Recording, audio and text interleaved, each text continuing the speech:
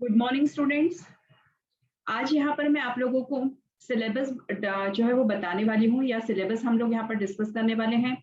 और ये सिलेबस है कि आप लोगों का टर्म 1 और टर्म 2 में 10th में साइंस सब्जेक्ट में किस प्रकार से जो है वहाँ या कौन कौन से जो है वो चैप्टर्स पूछे जाने वाले हैं।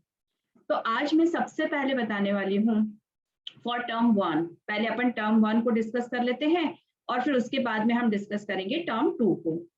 तो टर्म 1 की बात कर रहे हैं अपन। सबसे पहले हम बात कर रहे हैं कि इसमें यूनिट्स कौन कौन से आने वाली है और इसके मार्क्स कौन कौन से रहेंगे।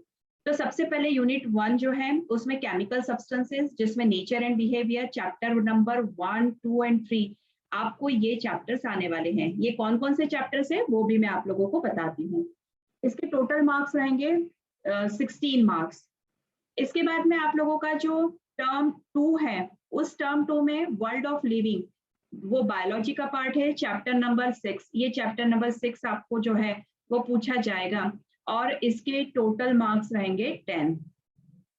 इसके बाद में यूनिट 3 जो है वो है natural phenomenon, chapter number 10 and 11।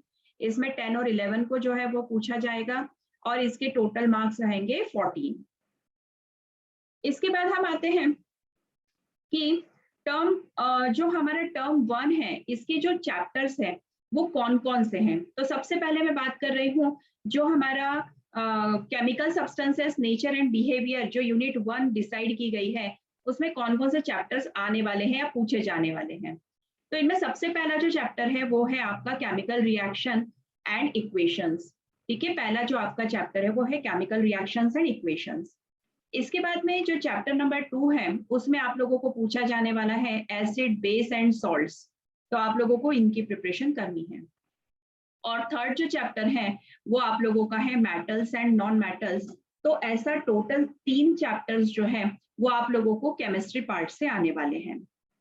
इसके बाद में जो सेकंड हमारा पार्ट है वो है बायोलॉजी का पार्ट। और इस बायोलॉजी के पार्ट में हमारी यूनिट सेकंड जो है वो है वर्ल्ड ऑफ लिविंग। और वर्ल्ड ऑफ लिविंग जो है इसमें हमारे पास में जो पार्ट आने वाला है उसमें हमारा चैप्टर नंबर 6 पूछेंगे हमें। और वो जो चैप्टर नंबर 6 है वो है लाइफ प्रोसेस।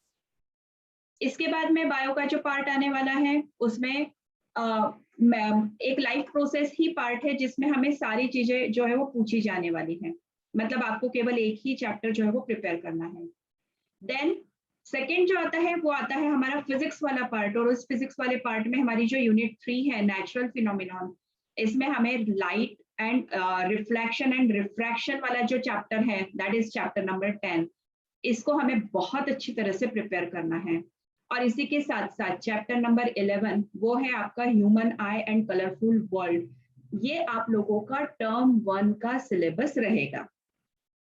अब टर्म 1 के सिलेबस में हमारे पास में टोटल 40 मार्क्स के हमें क्वेश्चंस आने वाले हैं। आप यहाँ देख सकते हैं ये है 16 जो कि हमारा केमिस्ट्री का पार्ट है, ये है 10 जो कि हमारा बायो का पार्ट है, और ये रहा 14 जो कि हमारा फिजिक्स का पार्ट है। तो ऐसे हमारे पास में टोटल 40 मार्क्स का जो है वह हमारा टर्म 1 रहेगा। 10 मार्क्स का जो है वो आपको इंटरनल असेसमेंट के क्वेश्चंस रहेंगे। और इंटरनल असेसमेंट में आप लोगों को क्या क्या पूछा जा सकता है, वो एक शॉर्ट टेस्ट हो सकती है, पहली बात। दूसरा, उसके ऊपर क्विज अरेंज करवा सकते हैं। तीसरा, और भी हमारे पास में जो है वो ऑब्जेक्टिव टाइप पैटर्न क्वेश्चंस कुछ अरेंज हो सकते हैं, या फिर केस स्टडी पर आप लोगों को क्वेश्चंस पूछे जा सकते हैं। तो ऐसा जो है वो इंटरनल असेसमेंट आपका पूरा 10 मार्क्स का रहेगा। तो 40 मार्क्स ये प्लस 10 मार्क्स वो, ऐसे मिलाकर के आप लोगों के टोटल 50 मार्क्स जो है वो काउंट होंगे टर्म 1 के। नाउ अब हम बात करते हैं टर्म 2 की। तो टर्म 2 में हमारे पास में यूनिट 1 आने वाली है और वो है chemical substances that is nature and behaviour. इसमें चैप्टर नंबर 4 एंड 5 पूछा जाना है जो कि टोटल 10 मार्क्स का रहेगा। फिर हम बात करते हैं world of living that is chapter 8 and 9। इस चैप्टर 8 और 9 में आप लोगों को जो है वो टोटल 13 मार्क्स पूछे जाएंगे, यानी 13 मार्क्स का जो है ये चैप्टर पूछा जाने वाला है। फिर हमारे पास में आएगा that is the effects of current. ये आपका फिजिक्स का पार्ट है, chapter number 12 and chapter number 13। ये आप लोगों का टोटल 12 मार्क्स का पार्ट रहेगा।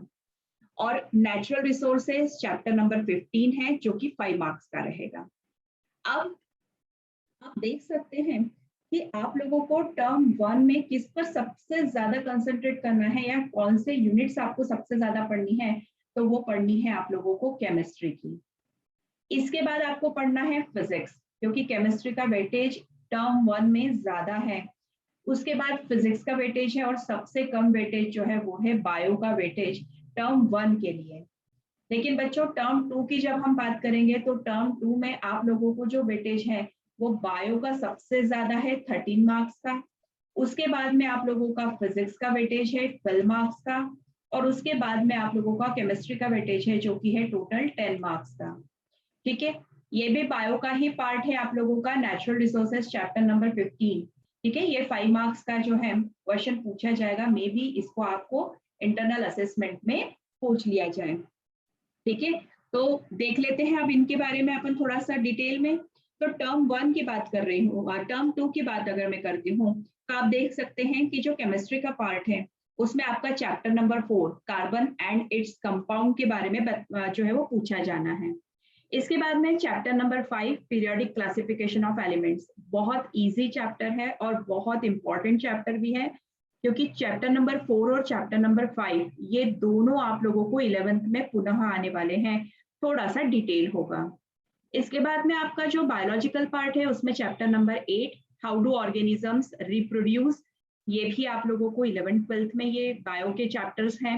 हेरिडिटी एंड इवोल्यूशन, ये आप अगर कुछ भी पढ़ते हैं तो भी मतलब आप बायो को लेकर के अगर आगे बढ़ते हैं 11th और 12th उसके बाद में भी ये जो चैप्टर्स है दोनों ये बहुत ज्यादा इंपॉर्टेंट होने वाले हैं। फिर नेक्स्ट जो आता है that is the effect of current, unit 4, ये हमारा फिजिक्स का पार्ट है।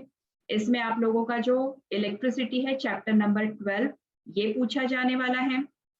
अगेन ये चैप्टर बहुत इंपॉर्टेंट है क्योंकि 11th में है ये चैप्टर। और मैग्नेटिक इफेक्ट ऑफ करंट ये चैप्टर नंबर 13, ये आप लोगों को जो है वह एग्जाम में आने वाला है लेकिन टर्म 2 के। फिर उसके बाद में जो आपका नेक्स्ट पार्ट बनता है वो है आपका आर एनवायरमेंट, ये आप लोगों का बायो का ही पार्ट है, तो आपको इसको भी अच्छे से प्रिपेयर करना है। और जो सिर्फ और सिर्फ इंटरनल असेसमेंट के लिए यूज होने वाला है, जिसको एग्जाम में नहीं पूछा जाएगा, केवल इंटरनल असेसमेंट में यूज होने वाला है, वो है मैनेजमेंट ऑफ नेचुरल रिसोर्सेस। ये आप लोगों को इंटरनल असेसमेंट के रूप में आप लोगों को इसके बेस्ड क्वेश्चंस पूछे जाएंगे। और ये जो आपकी यूनिट है या ये जो आपका चैप्टर 16 है इसको ईयर एंड एग्जामिनेशन में पूछा नहीं जाएगा। तो this is all about term 1 and term 2 examination. और बच्चों ये भी ध्यान रखिएगा आपकी टर्म 2 एग्जामिनेशन भी हमारा टोटल 50 मार्क्स का ही है, जिसमें इंटरनल असेसमेंट आपका जो है वो 10 मार्क्स का होगा और 40 मार्क्स का आप लोगों का क्या होगा टर्म 2, मतलब टर्म 1 और टर्म 2 मिला करके जो है वो 80 मार्क्स, और इंटरनल असेसमेंट 1 और इंटरनल असेसमेंट 2 मिला करके 20 मार्क्स। और इस प्रकार से जो है वह टोटल आपका 100 मार्क्स का क्वेश्चन पेपर जो है वह रहेगा। तो this is all about the term examinations बच्चों। और आपका जो सिलेबस है कि आप लोगों को क्या सिलेबस एग्जाम में पूछेंगे ये सब उससे रिलेटेड था। अगर इसके बावजूद आप लोगों को किसी की भी प्रकार की कोई भी क्वेरीज है तो आप हमें कमेंट सेक्शन में जरूर डालिएगा और हमें बताएं कि क्या आप और चाहते हैं हम लोगों से, तो हम उनके और वीडियोस आपको बना करके डालेंगे। तो this is all about the syllabus. तो बच्चों बहुत अच्छे से मेहनत करिए और कोई भी क्वेरीज है तो प्लीज हमें आप कमेंट सेक्शन के थ्रू पूछ सकते हैं। तो all the best students, thank you.